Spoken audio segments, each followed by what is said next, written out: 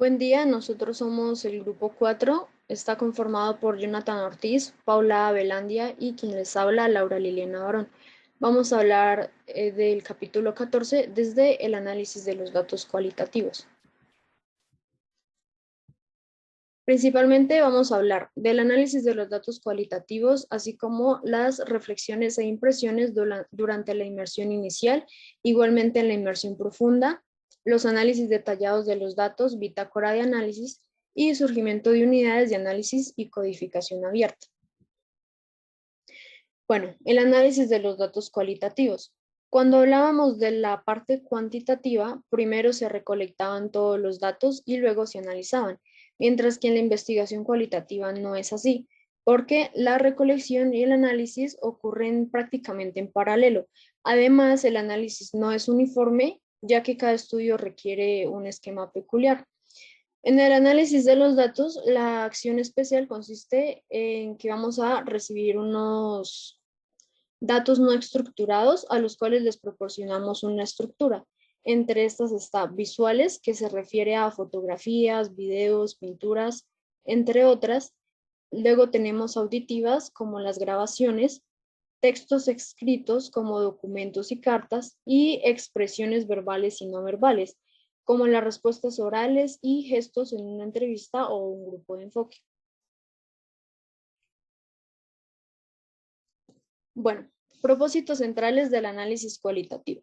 Entre estos tenemos explorar los datos, imponerles una estructura, describir las experiencias de los participantes, descubrir los conceptos, categorías, también temas y patrones que estén presentes en los datos, así como sus vínculos con la finalidad de otorgarles sentido, interpretarlos y explicarlos en función del planteamiento del problema. También tenemos la comprensión del texto que rodea los datos, reconstruir los hechos e historias, vincular resultados con el conocimiento disponible y generar una teoría fundamentada en los datos. Debemos tener en cuenta que el logro de tales propósitos va a ser una labor paulatina. Además, tenemos unas características que van a definir la naturaleza del análisis cualitativo. Entre estas está que el análisis es un proceso ecléctico y sistemático, que es un camino con rumbo, pero no en línea recta. ¿Por qué? Porque vamos y regresamos entre los primeros datos recolectados y los últimos. Además, los vamos a interpretar y les vamos a encontrar un significado, lo cual va a permitir ampliar la base de datos conforme es necesario hasta que construimos significados para el conjunto de datos. Además, tenemos que el investigador analiza cada dato. Los segmentos de datos son organizados en un sistema de categorías y una fuente de datos importante que se agrega al análisis la constituyen las experiencias del investigador. Bueno, aquí tenemos una espiral de análisis de los datos cualitativos, ya que en el texto se simboliza este desarrollo del análisis de esta forma, como una espiral, en la cual se van a cubrir varias facetas o diversos ángulos del mismo fenómeno de estudio. Entonces aquí tenemos los datos y su recolección. Los procedimientos están entre representaciones, visualizaciones, la descripción, el clasificar e interpretar, algunas lecturas o apuntes, manejo de datos, y en ejemplos de estas tenemos matrices gráficas, además contexto, categorías, comparaciones, reflexiones, notas al margen y, bueno, el manejo de datos, archivos, bases de datos y organizadores. Bueno, aquí tenemos una propuesta de una coreografía, por decirlo así, del análisis cualitativo. Entonces tenemos tres acciones que son progresivas en paralelo íntimamente ligadas. Estas son la recolección de datos, las tareas analíticas y los resultados. En este gráfico debemos tener en cuenta que las flechas en dos sentidos van a implicar que podemos regresar a etapas previas y las flechas que no tienen dirección indican actividades que están asociadas. Entonces tenemos primeros datos de la inmersión como observaciones generales o anotaciones. Luego tenemos los datos posteriores de la inmersión profunda, que son unas observaciones enfocadas o unas anotaciones que están más completas. Luego tenemos los datos obtenidos por medio de las técnicas utilizadas, ya sean entrevistas, observación, recolección de documentos, entre otros. Luego, para las tareas analíticas, tenemos el efectuar continuas reflexiones, esto durante la inmersión inicial, en el campo sobre los datos recolectados y las impresiones iniciales respecto del ambiente. Continúa con efectuar continuas reflexiones durante la inmersión profunda en el campo sobre los datos recolectados y las impresiones respecto al ambiente. Y luego va el análisis detallado de estos datos utilizando herramientas como teoría fundamentada, matrices, diagramas, mapas, etc. Entonces, entre estas está la preparación de los datos para el análisis. Igualmente tenemos los resultados.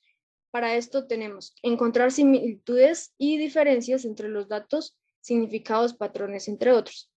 Luego tenemos encontrar categorías iniciales, significados, patrones, relaciones y generar sistemas de categorías, significados profundos, relaciones e hipótesis. Bueno, reflexiones e impresiones durante la inmersión inicial. En este caso, el investigador realiza diversas observaciones del ambiente. Además, realiza actividades para comenzar a responder al planteamiento de su problema de investigación. Evalúa todos los días su planteamiento y se hace preguntas como, ¿es esto lo que tengo en mente? ¿El planteamiento refleja el fenómeno que quiero estudiar? O si el planteamiento es adecuado. Entonces, para esto tenemos un ejemplo. Dice que en la visita a una iglesia se encuentran agujeros en las paredes y bueno, eso parece un poco raro, pero al visitar otro templo también encuentran agujeros en las paredes, entonces empiezan a surgir algunas preguntas como a qué altura están las marcas, si estas atraviesan de una columna a otra en los patios de ambos templos y qué implica esto. Entonces se llega a alguna conclusión. En este caso, la conclusión es que allí ataban a sus caballos, es decir, que esas iglesias eran cuarteles. Bueno, reflexiones e impresiones durante la inmersión profunda. En este proceso reflexivo se va a mantener conforme se recolectan los datos. Entonces, las observaciones se van enfocando para responder al planteamiento. Las pláticas son cada vez más dirigidas y las anotaciones más completas. Además, se reevalúa el planteamiento del problema, ambiente y muestra. De manera inductiva y paulatina, surgen categorías iniciales, significados, patrones, relaciones, además de hipótesis primarias y principios de teoría. Bueno, análisis detallado de los datos. La forma específica de analizar los datos varía según el diseño de investigación. Por ejemplo, teoría fundamentada, estudio de caso, etnográfico, entre otros. Y se tiene un análisis común en todo estudio que sea cualitativo. En este el objetivo va a ser generar categorías o temas. Esta parte de la teoría fundamentada, por lo que la teoría va emergiendo fundamentada en los datos. Y bueno, aquí tenemos un proceso de análisis cualitativo con tal de generar categorías o temas. Entonces, en este gráfico tenemos que en el proceso se recolectan los datos, es decir, algunas entrevistas, grupos de enfoque, observaciones o documentos.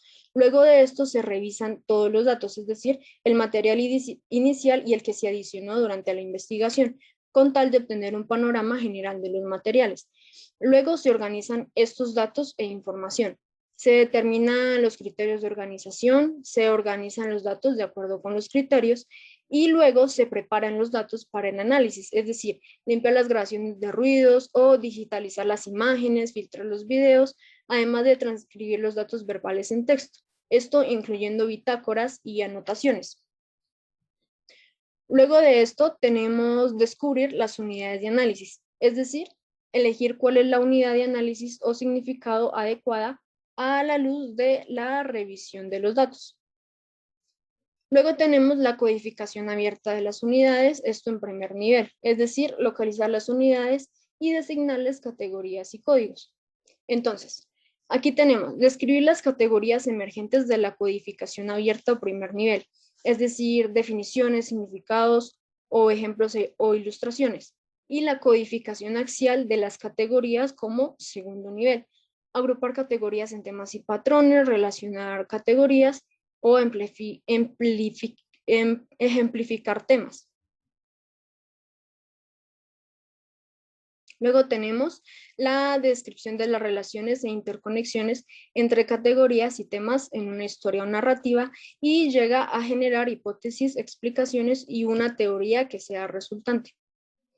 Bueno, ahora tenemos la organización de los datos y la información, así como la revisión de material y preparación de los datos para el análisis detallado. Entonces, dado el amplio volumen de datos que se tienen, esos deben encontrarse de una forma muy organizada. Se deben planear qué herramientas se van a utilizar, además que esto depende del tipo de datos que hayamos generado. Para esto, tenemos unas recomendaciones a la hora de transcribir. Entonces, es preciso apegarse al principio de confidencialidad. Además, hay que utilizar un formato con márgenes amplios y separar las intervenciones con doble espacio. Transcribir las palabras, sonidos y elementos paralingüísticos, como los que salen aquí en la imagen, por decir o no sé. Indicar pausas, es decir, escribir ahí pausa o silencios, entre paréntesis silencio.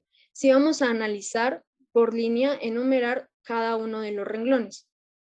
Luego de esto se van a organizar los datos mediante algún criterio o varios que nosotros creamos convenientes. Por ejemplo, el cronológico o por sucesión de eventos, por tipo de datos, es decir, algunas observaciones, por grupo participante, ubicación del ambiente, por tema o importancia del participante.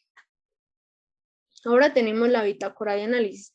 En esta bitácora se documenta el procedimiento de análisis y las reacciones del investigador al proceso y este contiene fundamentalmente anotaciones sobre el método utilizado, anotaciones sobre ideas, conceptos, significados, categorías e hipótesis que van a ir surgiendo, anotaciones en relación con la credibilidad y verificación del estudio.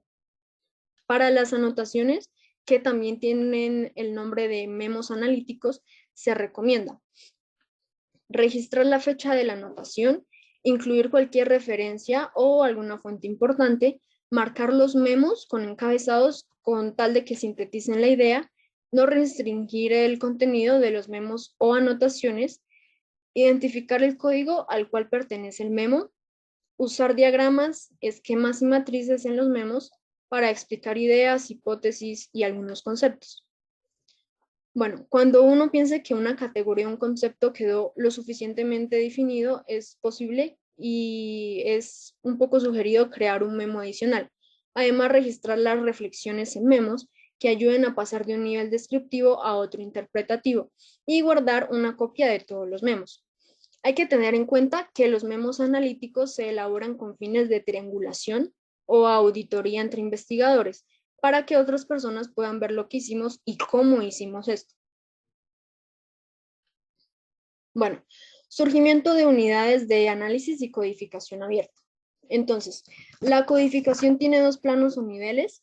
En esta se comparan las categorías entre sí para agruparlas en temas y buscar posibles vinculaciones. Tenemos la codificación abierta. En esta se codifican las unidades en categorías. El investigador considera un segmento, lo analiza, después toma otro segmento, lo vuelve a analizar y luego compara ambos segmentos, los analiza en similitudes y las diferencias que puedan tener. Si los segmentos son distintos en significado y en concepto, de cada uno induce una categoría, pero si son similares, induce una categoría común. Maneras para definir las unidades de análisis que serán codificadas. Primero tenemos la unidad constante, la cual implica el siguiente proceso. El investigador revisa todo el material, es decir, el conjunto de datos, luego identifica un tipo de segmento para ser caracterizado como unidad constante. Un ejemplo de esto es la línea, párrafo o página. En fotografías, ya sea digamos superior izquierdo, superior derecho, entre otros. Luego de esto comienza a codificar y va evaluando si la unidad es apropiada para el análisis. Luego prosigue la tarea de codificación y llega un momento en que decide mantener esa unidad como la definitiva entre todo el proceso que ha realizado. Luego de esto, El investigador puede consolidar la unidad elegida como una constante o puede también cambiar de unidad. Y en segundo lugar tenemos el libre flujo. Este implica que las unidades no poseen un tamaño equivalente. En este se selecciona el inicio del segmento y hasta que se encuentre un significado se determina el final de este segmento. Un ejemplo sería 5 líneas, que algún segmento pueda tener 5 líneas, otros 10 u otros 50. Algunas actividades de la codificación abierta son advertir cuestiones relevantes en los datos, analizar esas cuestiones para descubrir similitudes y diferencias, así como estructuras, y recuperar ejemplos de tales cuestiones, como las unidades o los segmentos. Se trata intensivamente unidad por unidad con la identificación de categorías que pueden llegar a ser interesantes sin limitarnos. Tenemos, bueno, muestras de unidades de significado en los ejemplos desarrollados. Entonces, un ejemplo de esto sería un estudio, evaluación de la experiencia de compra de los clientes en centros comerciales de una importante cadena latinoamericana. Los participantes en este caso son los clientes de diferentes edades. El método de recolección de datos serían los grupos de enfoque. Y los ejemplos de unidades sería, por ejemplo, alguien dice, el ambiente me da paz, huele rico, el sonido me gusta, es agradable el aire acondicionado y todo está muy ordenado. O, por ejemplo, la plaza no es para comprar, es más bien para dar una vuelta. Este sería un ejemplo de esto. Buenos días para todos. Entonces, a continuación les voy a explicar un ejemplo de lo que mi compañera expuso anteriormente. Entonces, es una investigación sobre la experiencia negativa de una mujer golpeada por su esposo y los tipos de violencia que ejercen los maridos que abusan de sus parejas. ¿En qué contexto se realiza? Básicamente se realiza la entrevista a una mujer de 20 años con 2 años de casada de origen humilde. Todo lo que presento ahí a continuación son la entrevista que se le realizó a ella. Entonces, ¿qué procedemos a hacer en este caso? Entonces, analizamos línea por línea. Entonces, la primera línea, Carolina, mi esposo me ha golpeado varias veces. Entonces, al analizar esta línea, podemos crear una categoría llamada violencia física. ¿Cómo definimos violencia física o qué regla establecimos para violencia física? Decimos que básicamente es una violencia que ejerce una persona contra la otra utilizando una parte de su cuerpo. Pero si más adelante encontramos que la golpea también con un objeto, entonces eso lo adicionamos a la regla. Entonces ya decimos que es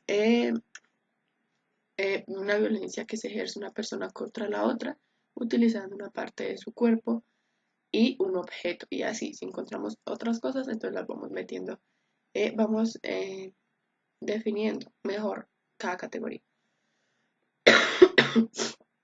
Entonces al analizar la línea 2 no sé cómo decirlo, me pego con la mano abierta y con el puño. Entonces, pues al analizar esta categoría encontramos que al analizar esta línea encontramos que todavía encaja con la categoría que ya creamos anteriormente. Entonces ya simplemente la metemos en esa categoría y ya. Pero puede ocurrir que la línea no encaje con la categoría creada, como es el caso 3. La última vez me dijo, eres una ramera. Para este caso, creamos una nueva categoría y la podemos llamar violencia psicológica. Y así. Entonces, cada vez que encontremos una línea que encaja con una categoría, pues ya no creamos ninguna. Y si no, creamos una nueva categoría. Algunas veces las categorías pueden ser muy complejas y es necesario fragmentarlas en varias, como lo muestro en este ejemplo. Entonces, reconciliación de la pareja, entonces la fragmentamos. Intento de reconciliación en el pasado, intentos de reconciliaciones actuales, razones de reconciliación en el pasado y razones de reconciliación actual. Otro ejemplo es el que presento acá. Este fue expuesto por Morse en 1999. Básicamente ella hizo un estudio en un hospital y las categorías que vemos acá arriba son el estado de los pacientes cuando estaban en urgencias. Entonces, inconsciente, tranquilo y relajado, asustado, aterrorizado y fuera de control. En ese mismo estudio surgieron nuevas categorías, que son las categorías usadas por las enfermeras para confrontar a los pacientes. Entonces, primero, hablar a los pacientes en situaciones dolorosas. Segundo, permitirles soportar la agonía. Bueno, y así se pueden crear más categorías dependiendo, pues, según cómo vaya avanzando la investigación. Em, En las investigaciones es importante codificar o bueno, ponerle un código a cada categoría. ¿Con qué fin? Esto lo hacemos con el fin de que pues sea más manejable, sea más sencilla la investigación y no hayan ya confusiones, ¿no? Entonces, la podemos codificar como lo podemos ver acá arriba con una abreviatura VF, violencia física o violencia verbal, con una imagen como lo hemos acá abajo, pero se puede codificar con números, con palabras, con letras, como nosotros queramos. El todo es que el investigador entienda a qué categoría se refiere. Eh, los códigos identifican categorías, pero también pueden identificar la emisión de las categorías. Entonces, por ejemplo, tenemos TVF. Entonces, nosotros sabemos que T es la dimensión, que es el tipo de violencia que básicamente es como el grupo que encierra las categorías, ¿no? Y VF, pues, violencia física, que básicamente son las diferentes categorías. En una investigación eh, pueden ocurrir que tengamos códigos muy complicados, como los presentados aquí abajo, que básicamente dice PASJE, pariente que abusó sexualmente a la mujer y que estaba bajo el influjo de un estupefaciente. Y también se pueden crear que tengamos una categoría que sea el nombre de una persona, por ejemplo, Paula Andrea Velandia. Entonces, en este caso, el código puede ser PAV, que básicamente son las iniciales de su nombre. Los programas de análisis cualitativo, como los presentados acá, dejan automáticamente un margen a la derecha para los códigos y los anotan. Luego de esto, hacemos un barrido pues, para verificar que tengamos claro las reglas de cada categoría, que estén las categorías completas. Esto lo hacemos con qué fin. Primero, darnos cuenta que si captamos o no el significado que buscan transmitir los participantes o el que pretendemos encontrar en los documentos o materiales. Dos, reflexionar si incluimos todas las categorías y relevantes posibles. Tres, revisar las reglas para establecer las categorías emergentes. Y cuatro, evaluar el trabajo realizado. En este punto pueden ocurrir dos cosas. La primera es que tengamos algo mal, es decir, no tengamos claras las definiciones o las reglas planteadas para cada categoría o las categorías sean muy complejas. En este caso, ¿qué hacemos? Pues tenemos dos pasos.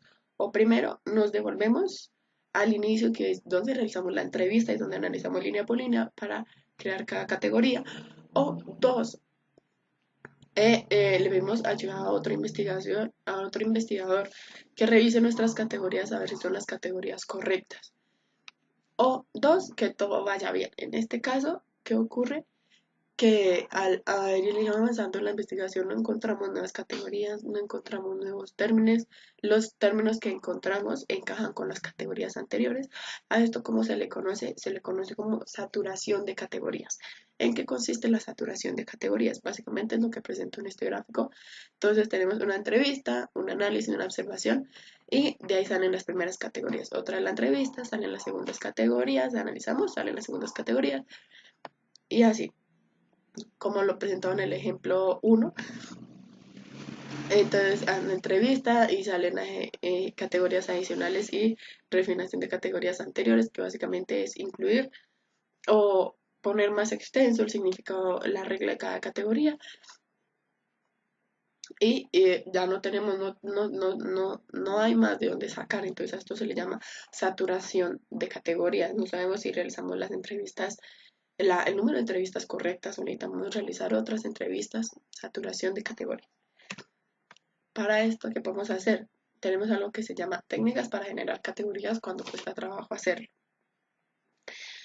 ¿Qué hacemos en este paso? Entonces, primero anotamos temas vinculados al planteamiento mencionados en la entrevista, básicamente como el ejemplo 1, entonces sería violencia, violencia física, violencia psicológica, bueno, los temas que salgan. Dos, luego señalar cuáles son comunes, cuáles son los más distintivos. Los comunes vienen siendo pues los que se repiten y se repiten y son los más distintivos, pues son los más importantes, ¿no? Porque son los que definen toda nuestra investigación y cuáles solamente se mencionan una o pocas veces y eliminamos estos últimos. Los temas que encajen en esta última parte los eliminamos, no son importantes en nuestra investigación.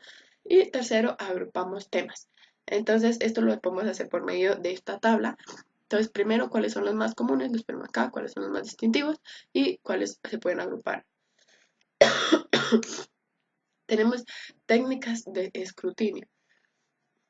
¿Para qué nos sirven las técnicas de escrutinio? Para escribir categorías que pueden aplicarse manualmente. Entonces tenemos primero las repeticiones. Entonces básicamente es que en una entrevista se repita una unidad o una frase una y otra vez. Esa ya es una categoría. Dos, conceptos locales usados frecuentemente en el estudio. Tres, metáforas y analogías.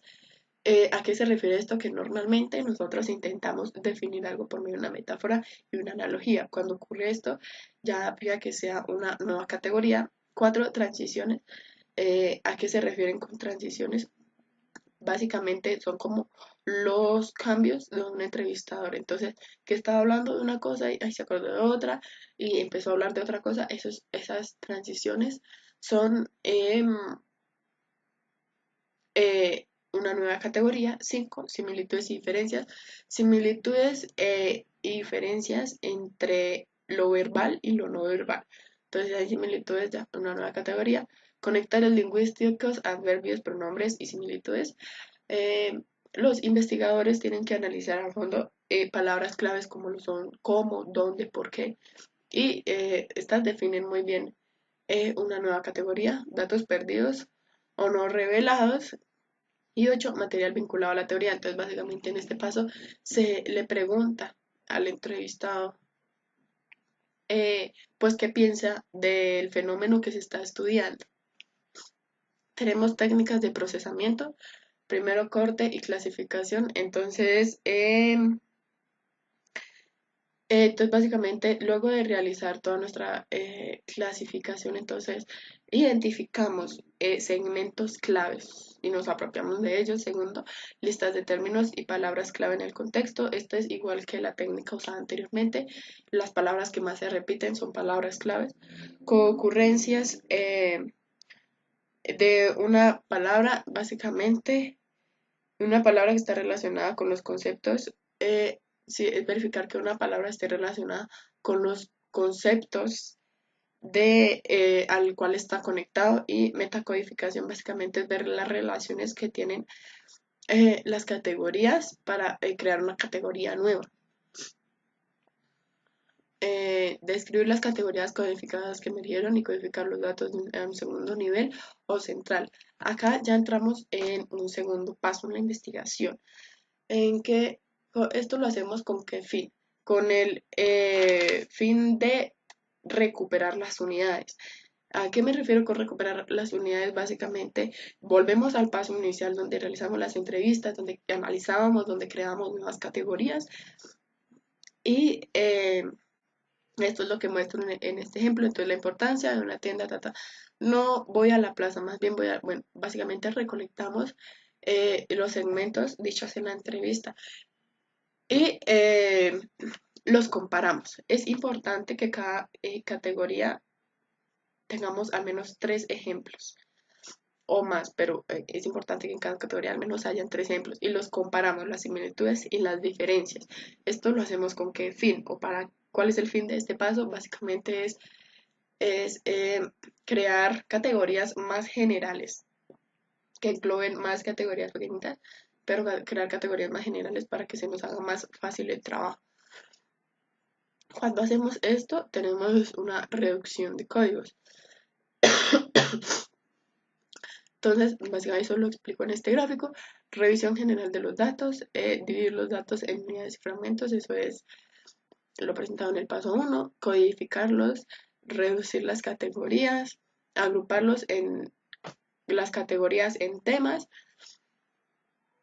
Entonces tenemos una gran cantidad y eso lo agrupamos en categorías grandes y ya tenemos esas categorías más grandes, los codificamos de nuevo y ya tenemos menos códigos, ya de 20 a 50, de 15 a 30 y finalmente de 5 a 10.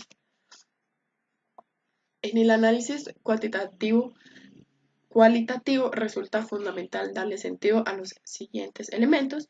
Entonces, primero, las descripciones completas de cada categoría.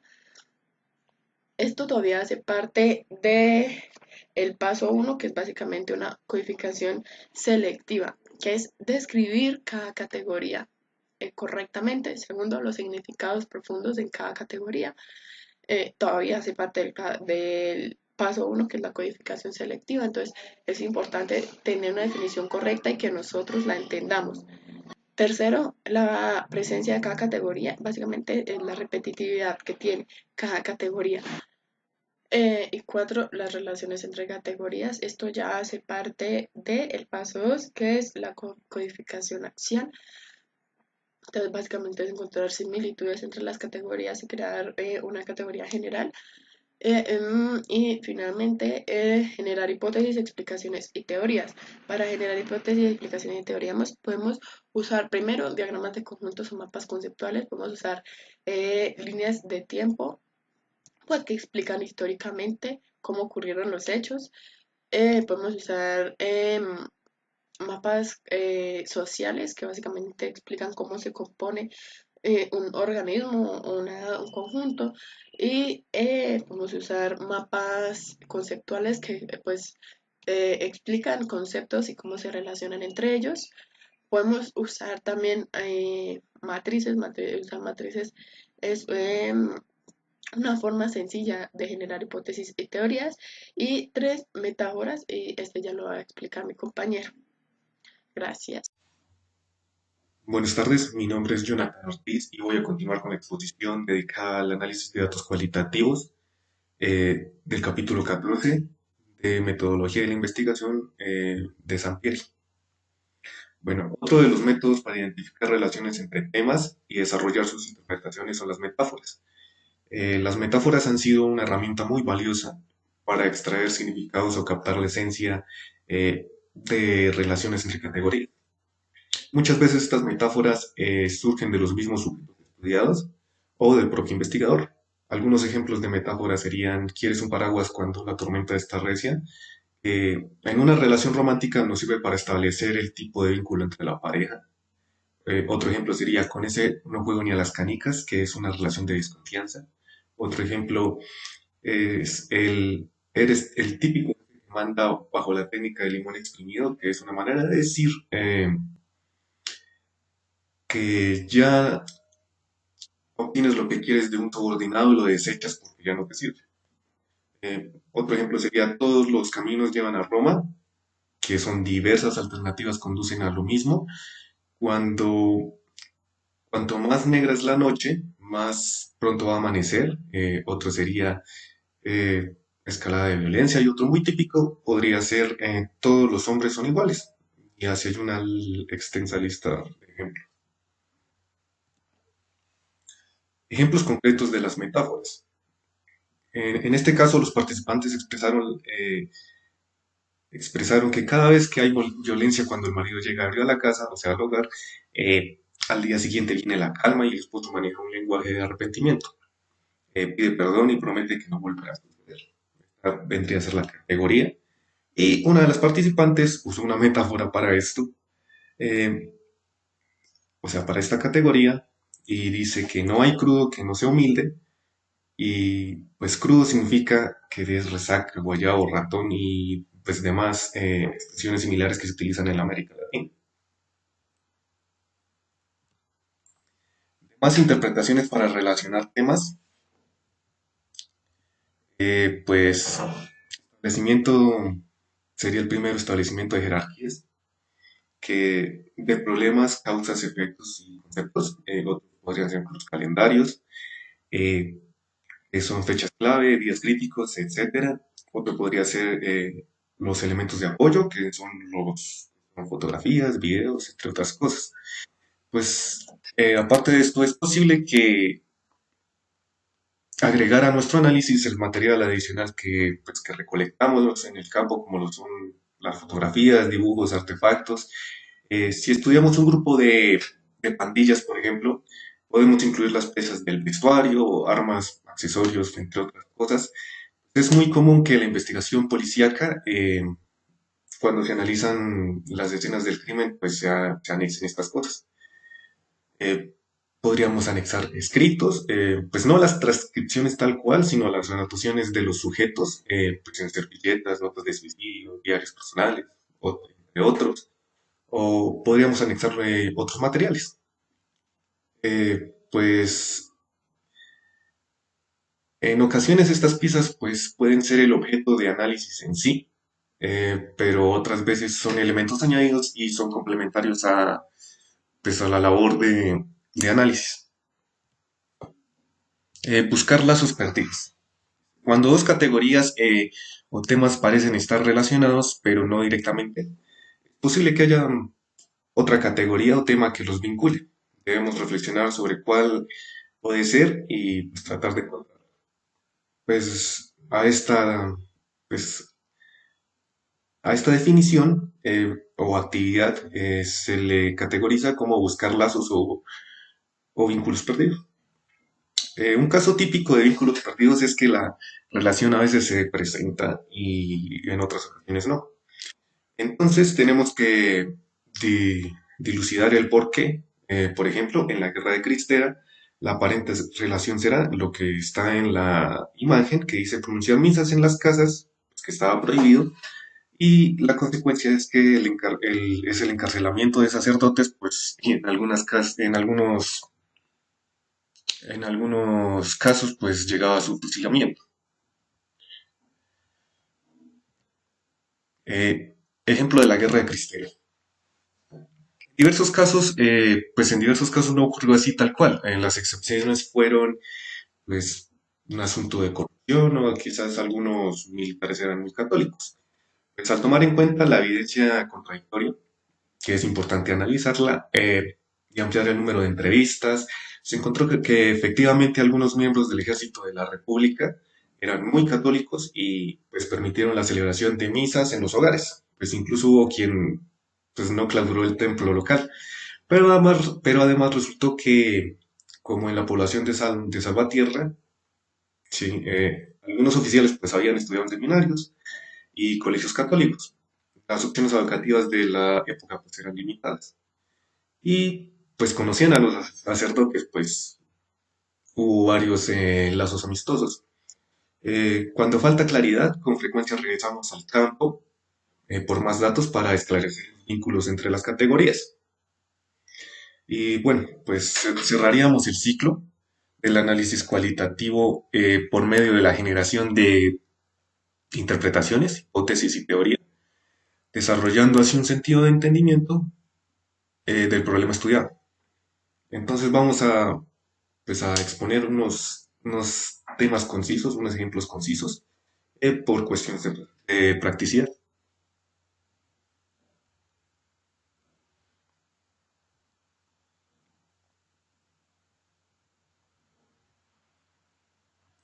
Análisis cualitativo de la guerra de Cristero. En el estudio que realizó Tutti en 1993, un tema esencial fue que las visitas de los padres a los hijos generan riesgos para la mujer en sufrir maltratos. Esto, de hecho, representa una hipótesis que podría formularse como, después de la separación, las mujeres que se reúnen con los esposos abusivos durante la visita a los hijos son más propensas a experimentar nuevos abusos que las mujeres que no tienen contacto con los maridos durante las visitas. En la investigación que se documentaron las experiencias de 63 mujeres procedentes de diversas regiones geográficas de Jabal Occidental que habían padecido urgencias obstétricas. Cuando me refiero a urgencias obstétricas, simplemente es el estado de salud pues de la mujer que pone en peligro lo que es su vida y está más relacionado con lo que es el embarazo y el parto. Bueno, 53 de ellas fueron mortales y llegaron a ciertas conclusiones sobre que las causas principales de tales defunciones, eh, pues tres temas emergieron, que lo serían la hemorragia, la infección y la eclampsia.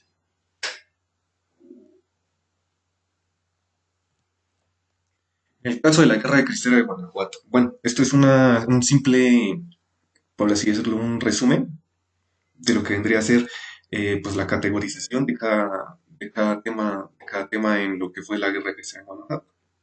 Entonces, tenemos como detonadores a de la Revolución Mexicana en el 1902, pues, de grupos armados, gobiernos locales no consolidados, elevar religiosidad en la zona y liderazgo a manos de caudillos. Esos serían los detonadores. La causa central sería el ataque a la libertad de culto y símbolos religiosos, o sea, que se cerraran las iglesias, la prohibición de las celebraciones de misas y pues que los actos públicos de carácter religioso estaban prohibidos o directamente los quitaron. Esto como que golpeó el alma del pueblo mexicano de la religión. Eran muy devotos a lo que es religión, la católica.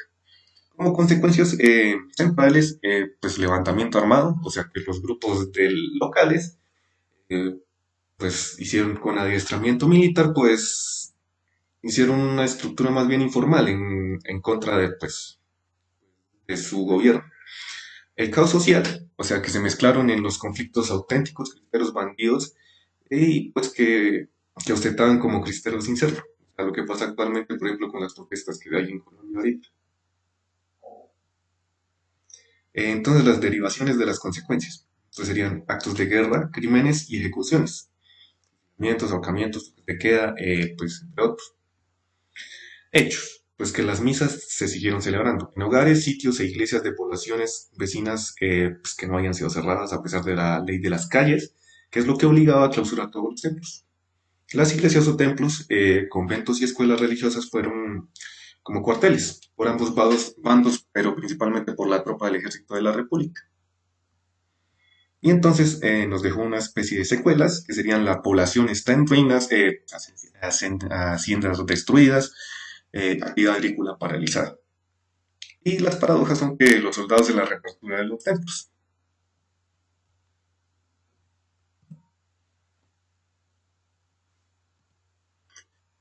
Los conceptos, hipótesis y teorías en los estudios cualitativos.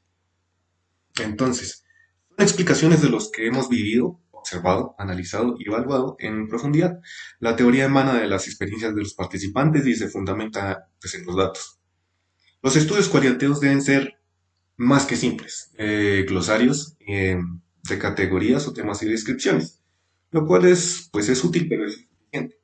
Tiene que proporcionar un sentido de comprensión profunda pues, del tema que se esté enfocando o del fenómeno estudiado. La codificación abierta sería nuestro primer plano, pues implica comparar datos, que serían nuestras unidades, para generar categorías.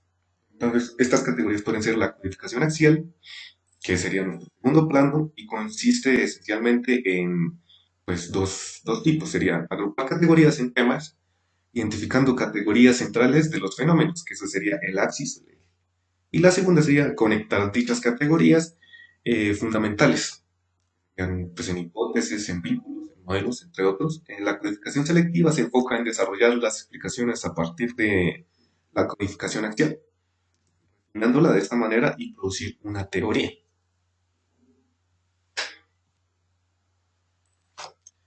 ¿Cuándo debemos de dejar de recolectar pues lo que y analizar datos y en qué momento concluye el estudio?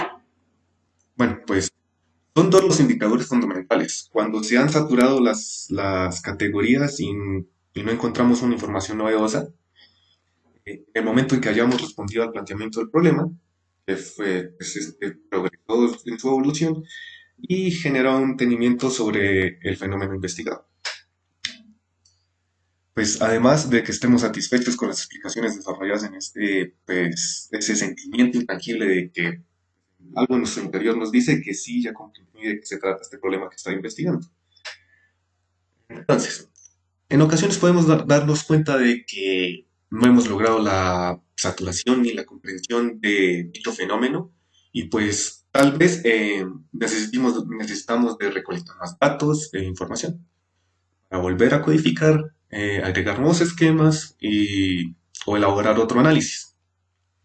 Pues lo anterior no debería preocuparnos, pues, siempre y cuando hayamos sido cuidadosos en la recolección y el análisis de datos. Tal vez el fenómeno sea tan complejo que se requiere pues que regresemos al campo, por lo menos al campo de investigación por lo menos una vez. De hecho, la retroalimentación y la pues, reflexión tienen que hacerse durante todo el análisis, pues de ello depende el planteamiento y el tipo de indagación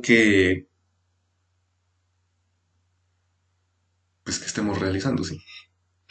Incluso de los recursos que tengamos a nuestra disposición, pues las investigaciones pueden durar meses, años, en algunos casos lustros, que son pues más de 5 años.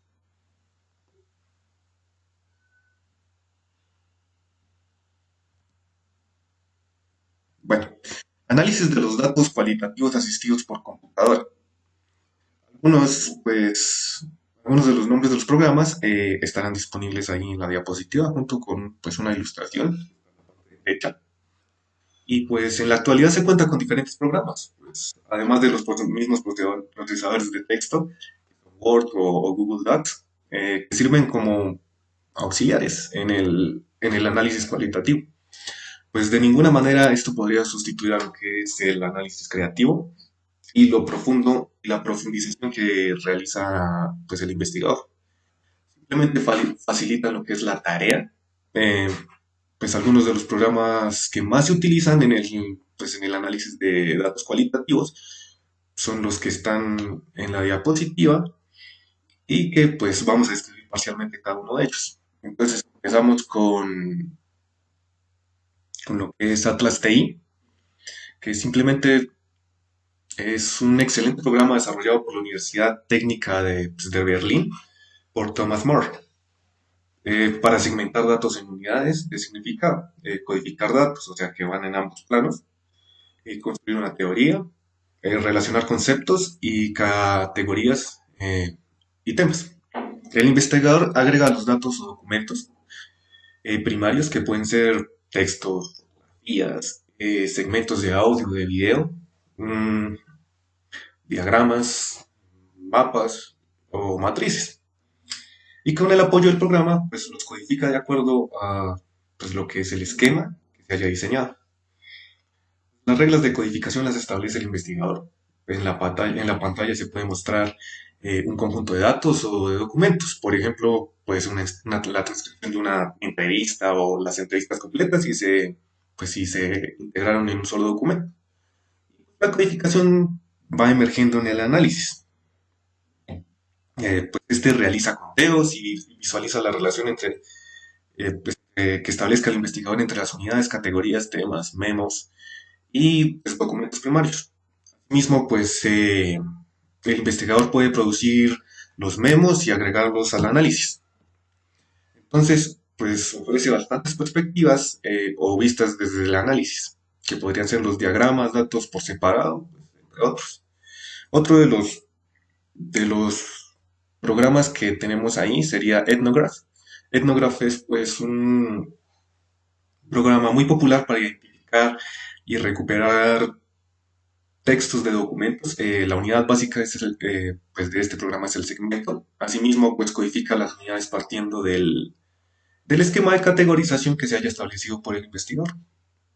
Los segmentos pueden ser pues anidados, entrelazados y justapuestos en varios niveles de la profundidad, pues las búsquedas llegan a efectuarse sobre la base de los códigos expresados en un carácter, una palabra o en términos múltiples.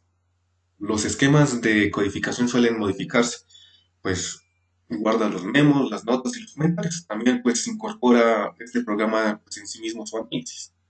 Otro de los hallados sería En Vivo.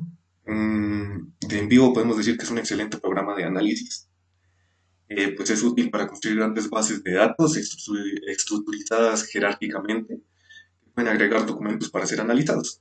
También, al igual que los dos anteriores que se nombraron, codifica unidades de contenido de texto, o sea, texto y otros materiales, con base en el esquema diseñado por el investigador.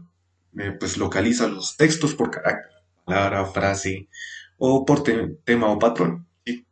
De palabras, y pues incluso por hojas de cálculos variables. Una de sus fortalezas pues es crear estas matrices. Eso. Otro de los programas serían Decision Explorer. Este programa resulta una excelente herramienta de mapeo de categorías. El investigador puede visualizar lo que serían las relaciones entre conceptos o categorías en diagramas. Como en todo programa, pues el investigador es quien introduce las categorías y define las vinculaciones. Decision Explorer pues las muestra solamente gráficamente.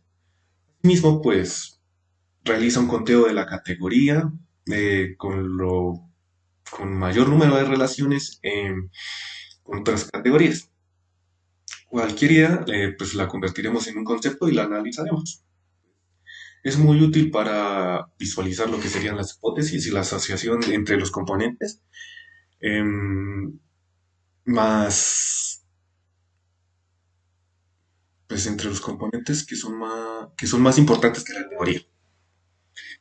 Bueno, es recomendable para el análisis cualitativo de relaciones entre categorías, o sea, cuando es causal, temporal u otro. Entonces, hay programas como MassQDA, HyperQual, HyperResearch en Qualog para fines similares, al igual que en el caso de los programas de análisis cuantitativo, el software cualitativo evoluciona pues muy deprisa. Surgen nuevos programas y los actuales pues expanden sus posibilidades.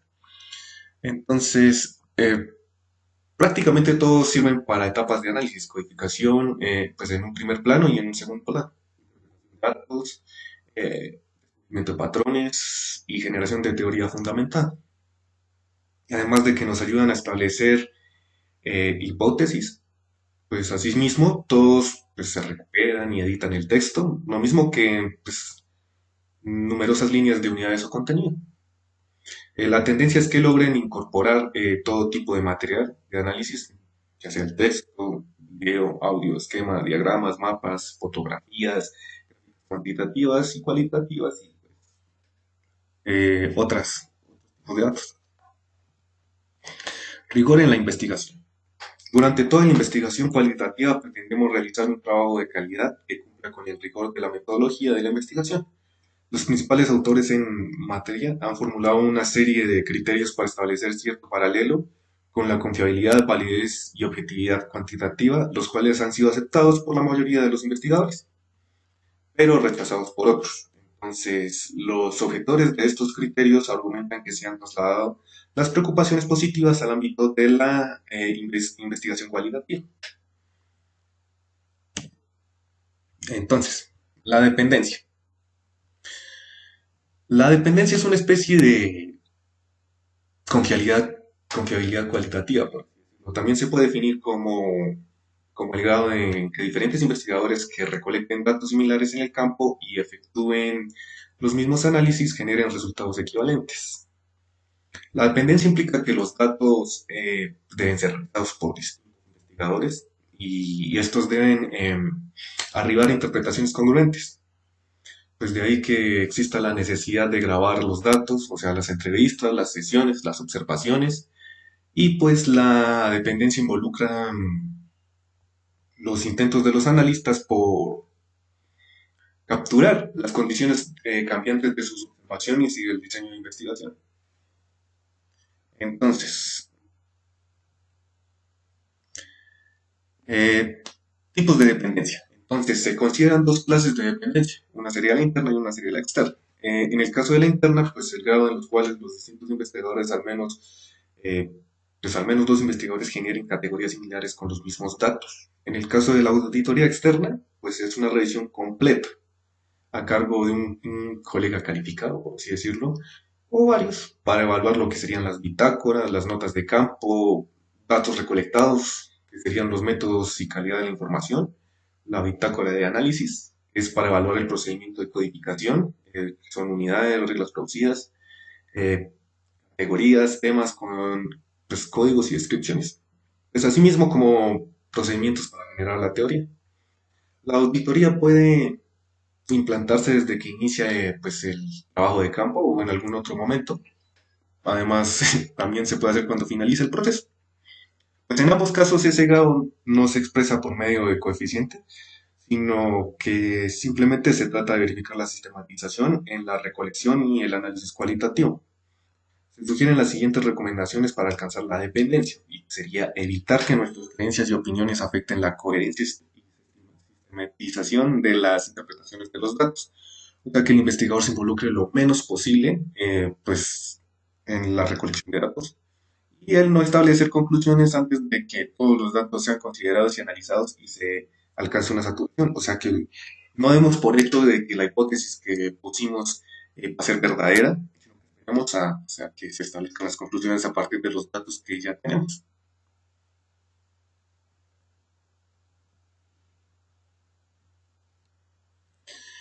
¿Cuándo se demuestra la dependencia a favor? Pues la dependencia a favor se demuestra, o al menos la evidencia en su favor, cuando el investigador pues, proporciona detalles específicos sobre la perspectiva de la teoría, eh, pues, de la teoría producida por el investigador y el diseño utilizado. Pues se explica con claridad los criterios de selección de los participantes y las herramientas de recolección de datos. Pues que se ofrezcan descripciones de los papeles que se desempeñaron los investigadores en el campo y los métodos de análisis empleados. Pues esto corresponde a lo que son procedimientos de codificación, desarrollo de categorías e hipótesis. Se especifica el contexto de la recolección y cómo se incorporó en el análisis. Por ejemplo, en entrevistas, cuándo, dónde y cómo se efectuaron. Pues documentar lo que se hizo para minimizar la influencia de sus concepciones y sesgos. Eh, Otra sería, pues, prueba de que la recolección fue llevada a cabo con cuidado y coherencia. Por ejemplo, en las entrevistas, a todos los participantes se les preguntó lo que era necesario, lo mínimo, lo indispensable, y lo vinculaba al planteamiento.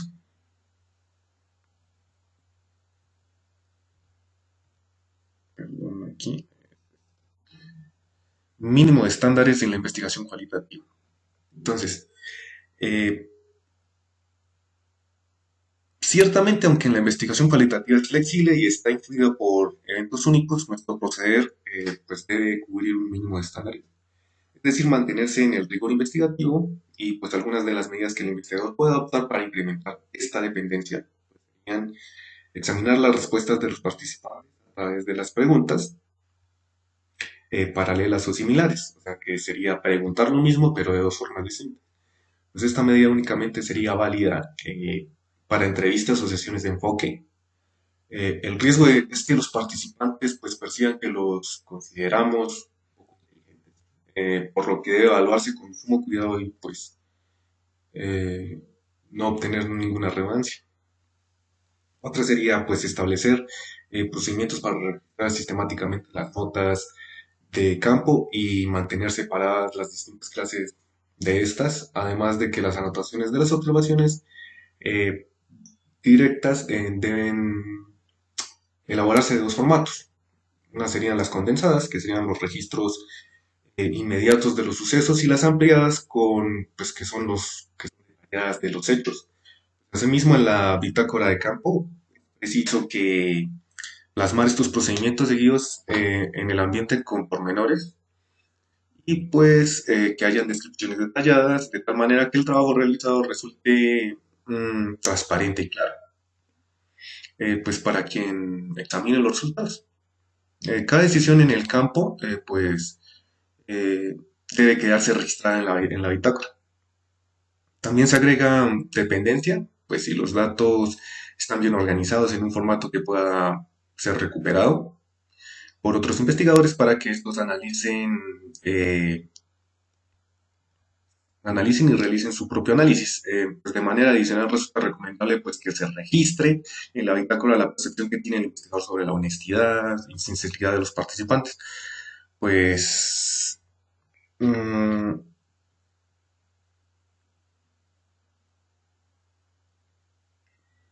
¿cómo decirlo? Pues de cada conjunto de datos, lo que sería lo que sería la entrevista, la observación, mm, pues es indispensable que indicar que pues, la fecha y la hora de recolección, ya que a veces los primeros datos tienden pues, a tener menor calidad que los últimos. Lo que resulta es que cuando se van enfocando estas cosas, se van enfocando las observaciones o se mejoran las entrevistas o sesiones, incluso la recolección de estos artefactos y materiales se podrían mejorar a través de la captura de imágenes. Otro sería aplicar coherentemente un método, por ejemplo, teoría fundamentada, utilizar programa computacional de análisis como el que nombré pues, anteriormente. Permite construir una base de datos que pueda ser analizada por otros investigadores, nos auxilia a codificar los datos y reglas, proporcione un conteo de códigos, nos ayude pues, a la generación de hipótesis mediante distintos sistemas lógicos, provea de representaciones gráficas que nos permitan entender a las relaciones, entre otros conceptos, categorías y temas, así pues genera ruta de teoría. Las transcripciones para que no vengan, no hayan unos errores y pues que los asegurarse de que no hay una desviación entre la definición de los códigos y su asignación a segmentos específicos a través de la escritura continua y pues las notas que ya habíamos dicho anteriormente que deben asignarse en las bitácoras. Cuando el análisis lo esté llevando a cabo un equipo de investigadores, reunirse periódicamente para coordinar y homologar el análisis, llevar un registro escrito de dichas reuniones y acuerdos logrados en ellas. Entonces seguimos con lo que sería la credibilidad. También se llama máxima validez y pues se refiere a si el investigador ha captado el significado completo y profundo de las experiencias de los participantes, particularmente de aquellas que son vinculadas con el planteamiento del problema. Entonces la pregunta a responder para la credibilidad sería si hemos recogido y comprendido y transmitido en profundidad y con amplitud los significados de evidencias y conceptos de los participantes. Bueno, entonces, las amenazas de esta validez o credibilidad sería la reactividad, serían distorsiones que puedan ocasionar la presencia de investigadores en el campo, en el ambiente. La otra serían las tendencias y sesgos de los investigadores. Que cuando me refiero a tendencias y sesgos, pues simplemente es que los investigadores minimicen los datos y pues que se apoyen en ideas o conclusiones todavía no infundadas. La otra sería las distorsiones de los participantes pues sobre los eventos de ambiente o del pasado. Incremento de la credibilidad según Sabin, Van der Meyer, James y Coleman y Unruh, que que están nombrados y citados en el capítulo de Sampieri.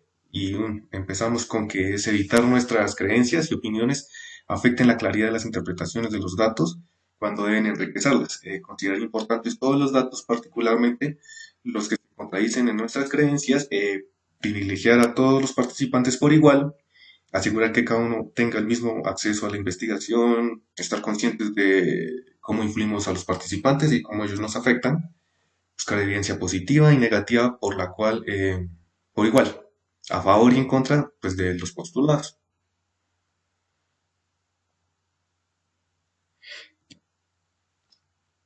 Incremento la credibilidad de Creswell, Newman, Burns, Franklin y Vallon. Evaluación estructural.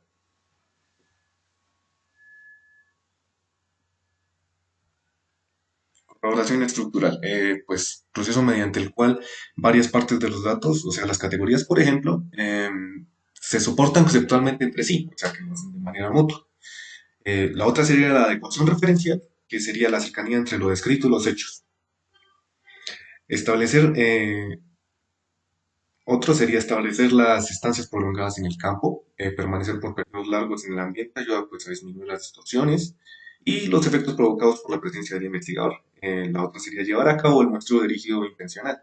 Pues el investigador puede elegir ciertos casos, analizarlos y pues, más adelante seleccionar casos adicionales para confirmar o no los primeros resultados. La triangulación. Puede triangularse para la corroboración estructural y la adecuación pues, referencial.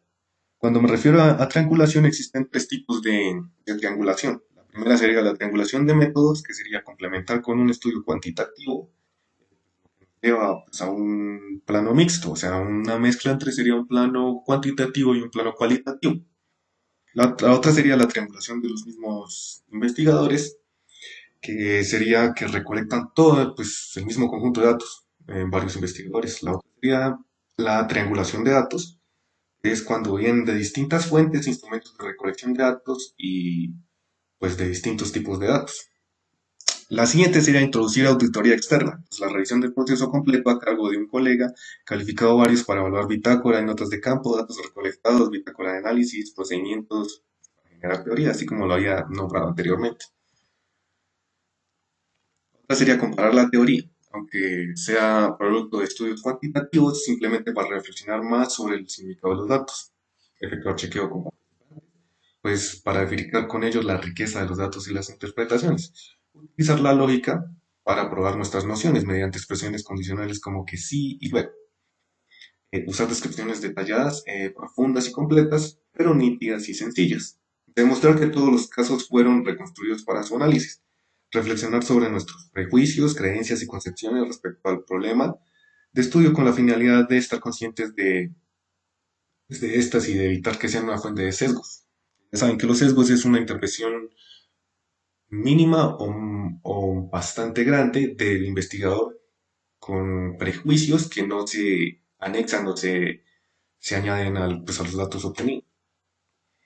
Presentar los datos o información discrepante y contradictoria. Transferencia. Entonces, la transferencia, que sería la aplicabilidad de los resultados, pues no se refiere a lo que sería generalizar los resultados a una población más amplia, ya que esta no tiene como finalidad un estudio cualitativo, sino que es más parte de ellos. La esencia de esta puede aplicarse a otros contextos. O sea, la transferencia no la va a realizar el investigador, sino que va a ser el usuario o el lector pues, de este informe de la investigación que se esté haciendo, que es el que pregunta si se puede aplicar a su contexto. O sea, que si esta investigación puede aplicarse a su entorno, a su pueblo, a su país o a su cultura, por decirlo así. El investigador lo único que puede hacer es intentar mostrar su perspectiva sobre dónde y cómo encajan o embonan sus resultados en el campo de conocimiento y de un problema analizado. Bueno, entonces, básicamente lo que quiere decir aquí es que el investigador es el único que le puede imprimir su manera de pensar, su perspectiva a su investigación, y él es el único que sabe cómo es que los resultados de su campo de conocimiento pues encajan entre sí y nos dan como resultado una teoría. La otra sería, el investigador debe describir con toda amplitud y precisión el ambiente, los participantes, materiales, momento del estudio, pues la transferencia nunca será total, pues no hay dos contextos iguales, en todo caso será parcial. Esto a lo que se refiere es que no, si en caso de que usted quiera aplicar una investigación previamente hecha, en contexto, o sea, con intervención de otros participantes y otro entorno, diferentes maneras de cultura, de expresión, no se va a transmitir tal cual, ya que no existen dos contextos o campos exactamente iguales. Para que la posibilidad de transferencia sea mayor, es necesario que la muestra sea diversa y los resultados, que serían los temas, las descripciones, hipótesis y teoría, pues se convaliden eh, si emergen en muchos casos. Conformación o conformabilidad. Este criterio está vinculado a la credibilidad y se refiere a demostrar que hemos minimizado los sesgos y tendencias del investigador, o sea que su intervención directa con prejuicios ha sido minimizada lo más posible. Implica rastrear los datos en su fuente y la explicitación de la lógica utilizada para interpretarlos, la estancia prolongada en los campos, la triangulación, la auditoría, el chequeo con los participantes y reflexión sobre los prejuicios, creencias y concepciones del investigador, pues ayudan a proveer información sobre la conformación. Otros criterios podrían ser lo que sería la fundamentación, que sería pues ampliar lo que la investigación posee, bases teóricas y filosóficas sólidas y pues proveer un marco referencial que pues, informe al estudio. Otra sería la aproximación desde un punto de vista metodológico. La contundencia con este, pues se explicitaron los juicios y la lógica de la historia. O sea, cuando tenemos dos investigaciones y una se quiere como que acercar más a la otra, pero como ya nombramos anteriormente, esto depende del contexto, ya que no existen dos campos de investigación iguales. Representatividad de las voces. Debemos incluir todos los grupos de interés, o al menos la mayoría. ¿Qué es lo que quiere decir esto? Que debemos recolectar datos de la mayor cantidad de gente posible, ya independientemente de su raza, su manera de pensar, sus creencias religiosas, su pertenencia a ¿cómo decirlo? Algún grupo que no es el general, o sea, indígenas y aborígenes de algún sitio. Capacidad de otorgar significado. La profundidad, pues es la profundidad con la que se presentan los descubrimientos y entendimientos del problema de investigación a través de datos y método utilizado.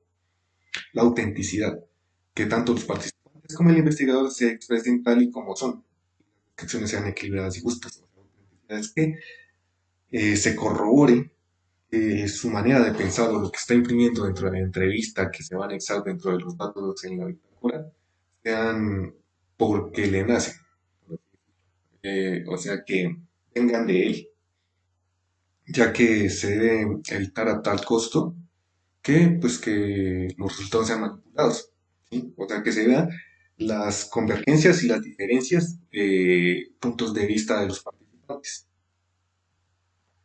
Bueno, el planteamiento del problema siempre es presente. En todo proceso de análisis debemos tener en mente el planteamiento original del problema de investigación, no para poner una camisa de fuerza a nuestro análisis, sino con la finalidad de que no se nos olvide encontrar las respuestas que buscamos. Asimismo, recordemos que dichos planteamientos pueden sufrir cambios o ajustes conforme avance la investigación. Las modificaciones que se realicen en el planteamiento habrán que justificarse. Puede que nosotros en nuestra investigación iniciemos con un planteamiento del problema justo, ¿sí? Pero a medida que nosotros avanzamos, que recolectamos datos, que entrevistamos, que fotografiamos, que interactuamos con el entorno de nuestra investigación, pues nuestro planteamiento del problema cambia, ya que ya no vamos a ver como un problema lo que planteamos inicialmente, sino que vamos a añadir uno nuevo o cambiar todo por completo. Bueno, esta es la bibliografía que utilizamos para toda nuestra investigación, pues más que todo de Sampieri y pues los links de las imágenes utilizadas durante esta presentación. Y eso sería todo. Muchas gracias por su atención y espero que les haya agradado del todo esta presentación.